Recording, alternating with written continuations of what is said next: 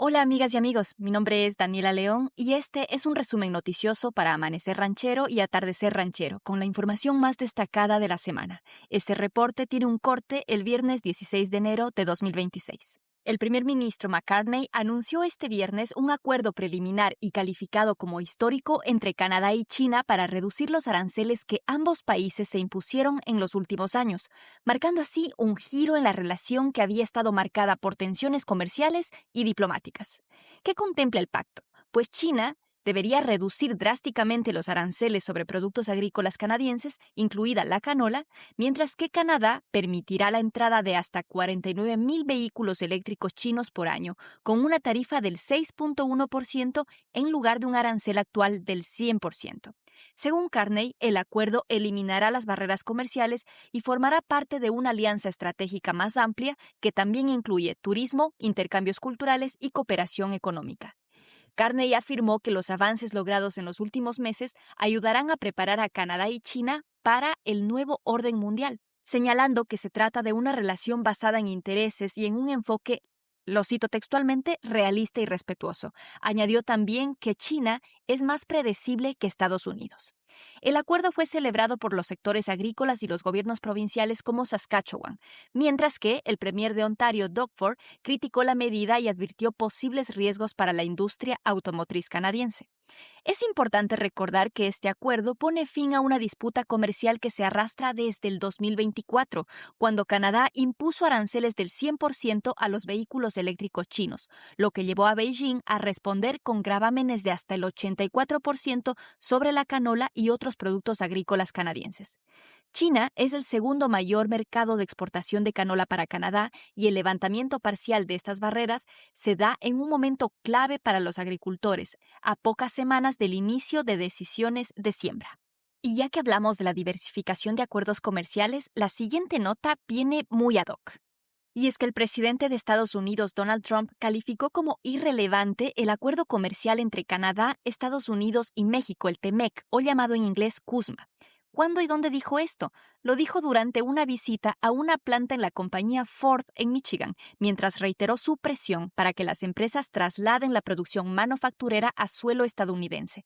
Trump afirmó que Estados Unidos no necesita vínculos fabricados en Canadá ni en México, declaraciones que podrían tener implicaciones para la industria automotriz canadiense, fuertemente integrada con las cadenas de suministro regionales. Las principales automotrices de Detroit y del Consejo Estadounidense de la Política Automotriz defendieron el CUSMA, señalando que permite competir globalmente gracias a la integración productiva de los tres países y genera importantes ahorros anuales. Ejecutivos de General Motors y Ford coincidieron en que América del Norte funciona como un sistema de fabricación integrado. Sin embargo, estas fueron las declaraciones del presidente Trump. Recordemos que el acuerdo será revisado este año para decidir si se renueva o expira. Canadá anunció que iniciará conversaciones con Estados Unidos y México y consultará a los sectores económicos y sindicatos. Estas declaraciones ocurren mientras el primer ministro McCartney realiza su viaje de 9 días para diversificar el comercio y la inversión, comenzando en China, como lo escuchamos en la nota anterior, donde busca fortalecer nuevas asociaciones comerciales. Bueno, ¿y usted qué piensa al respecto? Pero ya que estamos hablando de Estados Unidos, hablemos también de la migración. Y ya verán por qué esto que pasa en Estados Unidos es relevante también para los migrantes radicados aquí en Canadá.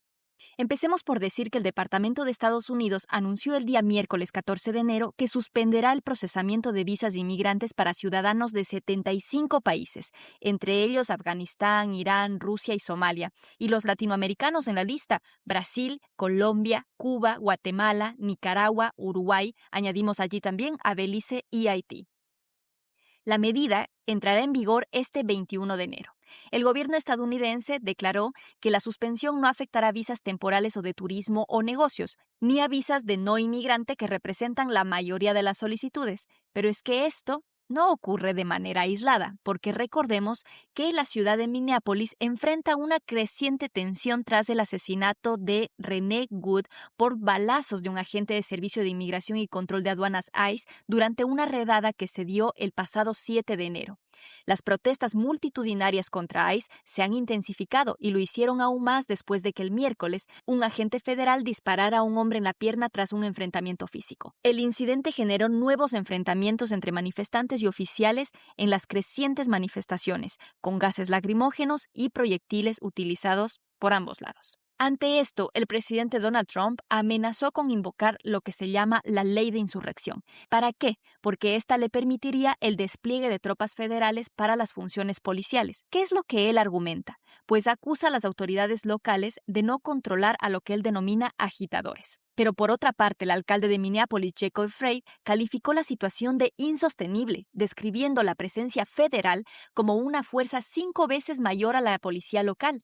También el gobernador Tim Walz aseguró que la ofensiva federal excede el control migratorio y fomenta la brutalidad contra los residentes. Minnesota y las ciudades de Minneapolis y St. Paul presentaron demandas judiciales para suspender el despliegue federal, argumentando violaciones a los derechos constitucionales.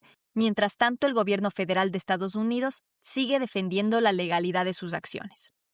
Ahora, es importante respondernos por qué esto nos importa a nosotros que estamos en Canadá.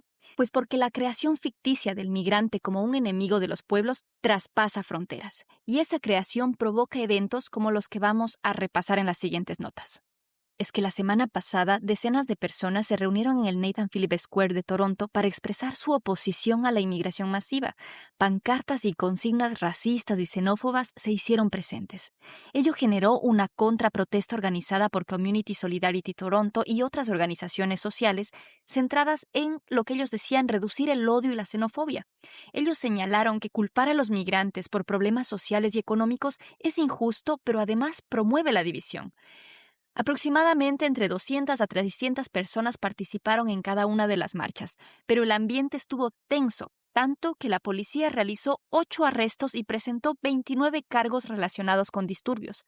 Activistas y concejales locales destacaron la importancia de frenar una retórica antimigratoria y proteger la seguridad de las comunidades afectadas. Pero esto no acaba, porque, por ejemplo, este fin de semana del 17 de enero, en Vancouver, la policía ya se está preparando para nuevas protestas con más de 130 agentes que se desplegarán en 11 manifestaciones planificadas. También es posible que se despierten otras manifestaciones espontáneas en otras ciudades de la provincia. Y bueno, el ánimo político en materia de inmigración parece ir en dirección a reducirla. Revisemos ahora algunos números sobre la inmigración tanto del año 2025 y cómo se proyecta para el 2026. Si usted enfrenta algún proceso migratorio, esta información es muy relevante. 2025 tuvo un récord de deportaciones en Canadá. La Agencia de Servicios Fronterizos de Canadá publicó sus estadísticas de deportaciones durante el 2025, revelando un total de 18,785 expulsiones forzadas a personas extranjeras, y esto ocurrió hasta el 31 de octubre del año pasado. Esta es la cifra más alta en al menos 6 años. Entre las 10 nacionalidades con más deportaciones figuran 3 países de habla hispana en América Latina.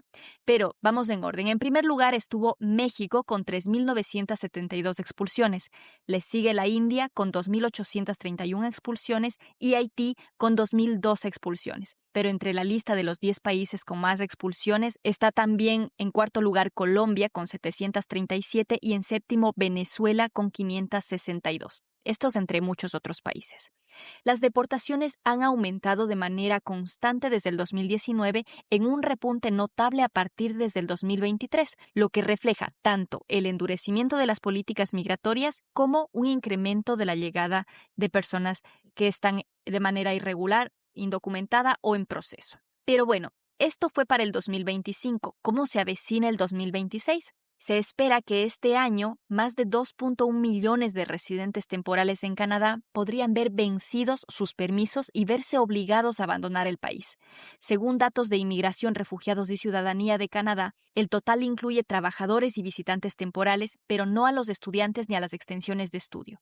Solo para junio ya se espera que se caduque el 55% de estos permisos. La Agencia de Inmigración, Refugiados y Ciudadanía reporta que, aunque se otorgarán aproximadamente 380,000 plazas de residencia permanente en el 2026, la mayoría de los temporales no podrán regularizar su estatus de inmediato y deben cumplir con la Ley de Inmigración y Protección de Refugiados, abandonando Canadá a final de su estancia. La agencia estima que existen entre 200 y 500,000 inmigrantes indocumentados, aunque los datos son limitados. Recordemos que el Plan de Inmigración 2026-2028 busca reducir gradualmente la proporción de residentes temporales, manteniéndola por debajo del 5% de la población hasta el 2027. Expertos advierten que la situación será compleja y podría ser dolorosa, con riesgo de que muchos queden indocumentados y aumente la presión sobre los recursos administrativos y judiciales del país. Con esta nota concluimos la primera parte del reporte noticioso de esta semana, con corte al viernes 16 de enero. Vamos ahora con la segunda parte. Otro de los asuntos difíciles de confrontar en Canadá es la nieve. Y esta semana nos dio mucho de qué hablar. Una poderosa tormenta invernal descrita por los meteorólogos como la más significativa desde el 2022 paralizó gran parte del sur y el este de la provincia de Ontario el pasado jueves. El sistema ha traído acumulaciones récord de nieve, ráfagas de viento peligrosas y temperaturas gélidas con sensaciones térmicas de hasta menos 22 grados centígrados. Debido a la magnitud del evento, ciudades como Toronto han activado por primera vez en años nuevos protocolos de emergencia, declarando un estado de tormenta de nieve importante, para así facilitar labores de limpieza y prohibir estacionamientos en rutas clave. Desglosemos un poco por ciudades. En Toronto, récord histórico en 163 años. Acumulaciones. El aeropuerto de Pearson registró 23 centímetros de nieve hasta las 8 de la noche del día jueves, superando un récord anterior que se dio el 15 de enero de 1863, cuando se acumularon 15,2 centímetros. Impacto vial. Se registraron 400 colisiones en la zona del GTA. Varias vías como Don Valley Parkway sufrieron cierres temporales debido a accidentes y condiciones de whiteout. También en las escuelas. Las juntas escolares católicas y públicas cerraron todas las escuelas, centros de cuidado infantil y oficinas. Hablemos ahora de Durham. Mientras que la mayoría en el GTA suspendió las clases, las juntas, tanto pública como católica de Durham, decidieron mantener sus escuelas abiertas. Aunque sí se cancelaron los autobuses escolares, el personal docente fue obligado a presentarse a trabajar bajo advertencias de hasta 40 centímetros de nieve, lo que generó indignación entre los padres y sindicatos que calificaron la medida como un riesgo de seguridad. Las autoridades escolares defendieron su decisión, argumentaron que la medida se basó en la información meteorológica que tenían hasta las 6 de la mañana. Otro incidente en la región fue que un tren de Via Rail chocó contra una barredora de nieve en el extremo este de la región, causando retrasos masivos en el servicio ferroviario. Vamos a la región de Waterloo. La zona acumuló entre 15 y 25 centímetros de nieve. Aunque la acumulación fue menor que, por ejemplo, en la ciudad de Toronto, la visibilidad se redujo drásticamente debido a la nieve soplada por el viento, provocando la cancelación de todas las rutas de transporte escolar en la región. En Ottawa, por otra parte, se consideró también la mayor nevada de la temporada para la capital. Se registraron también acumulaciones de entre 20 y 40 centímetros. Incidentes que destacaron, pues un vehículo se estrelló contra un negocio en Manotick debido a las malas condiciones de la carretera. Otras áreas relevantes, por ejemplo en Burlington, se recibió más de 15 centímetros de nieve con acumulaciones localizadas mayormente debido al viento. En otras partes como Niágara, Hamilton, se experimentaron periodos de lluvia gélida mezclada con nieve, lo que creó capas de hielo negro sumamente peligrosas para las autopistas. Así fue como se vivió en algunas zonas de la provincia de Ontario. ¿Ustedes cómo lo vivieron? Cuando hay climas tan extremos, no sé si a ustedes les pase, pero por lo menos yo me suelo preguntar, ¿qué pasa con las personas sin hogar? Esta pregunta nos permite hablar de la siguiente nota. Según datos de la ciudad, el número de campamentos de personas sin hogar en Toronto disminuyó en el año 2025, pasando de 107 en enero de 2024 a 48 al 8 de enero del año pasado.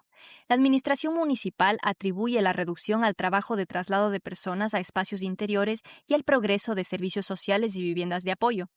El administrador de la ciudad, Paul Johnson, señaló que este avance refleja lo que él dijo, buenos resultados en materia de vivienda y estrategias para atender necesidades inmediatas con soluciones a largo plazo. Sin embargo, la reverenda canóniga Maggie Helgin advierte que la ciudad ha hecho que la falta de vivienda sea menos visible y que muchas personas se han desplazado a lugares fuera del alcance del personal municipal. Helgin criticó los refugios de emergencia considerándolos soluciones temporales e insuficientes. Por su parte, la trabajadora comunitaria Diana Chang indicó que no hay información clara sobre la ubicación y bienestar de quienes vivían en los campamentos. Mientras tanto, un informe provincial revela que en Ontario unas 85,000 personas estaban sin hogar en el 2025, lo que representa un incremento del 8% respecto al año anterior, con casi 2,000 campamentos distribuidos en la provincia. Entonces, la controversia se da por una incoherencia de las cifras, tanto entre las cifras oficiales como entre las experiencias en terreno, con defensores y expertos advirtiendo que la visibilidad de los campamentos no refleja necesariamente una disminución real de la población sin hogar. Pero bueno, cuando hablamos de vivienda no solamente hablamos de las personas sin techo. Para los que quieran un techo más económico, las cosas tampoco pintan mucho mejor. Para entender la siguiente nota es importante preguntarnos si sabemos lo que es una zonificación inclusiva. La zonificación inclusiva es una política que obliga a los constructores de vivienda a reservar parte de sus nuevas viviendas cerca de las estaciones de tránsito para un alquiler de bajo valor en el mercado, con el objetivo de aumentar una oferta de vivienda asequible, un servicio social de vivienda, vamos. ¿Por qué explicamos esto? Porque Ontario busca pausar la zonificación inclusiva. El gobierno de Doug Ford propone pausar esta norma hasta julio de 2027. ¿En dónde? En Toronto, Mississauga y Kitchener. ¿Por qué? Él argumenta que los requisitos están frenando a la construcción en medio de una crisis habitacional. Según la provincia, según el Premier, los altos costos de financiamiento para los constructores dificultan que los proyectos sean viables. Pero eso dice Ford, porque la oposición y defensores de la vivienda critican esta medida. Jenny Bell, del NDP, advirtió que se bloquearían al menos 3,000 viviendas asequibles al año solo en Toronto. En la misma línea, la alcaldesa de Mississauga dijo estar decepcionada y señaló que aunque los desarrolladores o constructores no estaban entusiasmados, tampoco se oponían a la zonificación inclusiva. Hay que decir que aunque era un pequeño alivio, no es que haya sido tampoco una solución a todo, porque por otra parte, expertos como Mark Richardson de Housing Now TO consideran que la zonificación inclusiva es limitada y que la solución requiere una inversión directa de los 3 niveles de gobierno. Luego de hablar del housing, lamento traer malas noticias también en lo educativo. Las universidades públicas de Ontario pidieron un aumento urgente de la financiación provincial, advirtiendo que el sector podría enfrentar un déficit de hasta $1,500 millones para 2027 y 2028. College Ontario atribuye la situación al congelamiento de la matrícula y a la fuerte caída de estudiantes internacionales tras los cambios federales en los permisos de estudio. La asociación informó que el último año las instituciones recortaron $1,400 millones, eliminando más de 600 programas y redujeron más de 8,000 empleos. También advirtió que nuevas restricciones de estudiantes extranjeros podrían profundizar la crisis. El gobierno provincial indicó que revisará la fórmula de financiamiento y anticipó anuncios sobre un apoyo al sector los próximos meses. Para concluir este reporte, vamos a hablar de una nota que ha causado muchísima polémica, por otra parte indignación, por otra parte risa. ¿A usted qué le causó? Y es que la venezolana y Premio Nobel de la Paz, María Corina Machado, entregó al presidente estadounidense Donald Trump la medalla de Nobel que recibió ella el pasado diciembre. Esto lo hizo como un gesto que ella dijo un reconocimiento al apoyo a la causa venezolana que ha dado el presidente Trump. Se refiere ella al reciente bombardeo que hizo Estados Unidos en Venezuela para secuestrar a Nicolás Maduro. El encuentro fue breve, a puertas cerradas y sin prensa, y luego fue confirmado por Trump en redes sociales y por la Casa Blanca con una fotografía oficial. El Instituto Nobel de Noruega fue tajante y dijo: un premio Nobel no puede ser revocado, compartido ni transferido. En un comunicado recordó que el galardón pertenece de forma permanente a la persona premiada y que el comité no comenta las acciones posteriores a los galardones. Aunque no hubo una reacción directa al gesto, en Noruega la entrega provocó críticas de académicos, dirigentes sociales que calificaron el hecho como inédito y de una falta de respeto al premio. Si bien en el pasado algunas medallas Nobel han sido subastadas, rechazadas o donadas con fines personales o benéficos, las reglas del Nobel establecen que el reconocimiento no cambia de titular. Por ello, el gesto de Machado es considerado como simbólico pero sin validez oficial, pero ha reabierto un debate sobre el uso político de uno de los premios más sonados del mundo. Este fue un reporte de noticias de los hechos más importantes de la semana con corte al viernes 16 de enero. Para Amanecer y Atardecer Ranchero, Daniela León.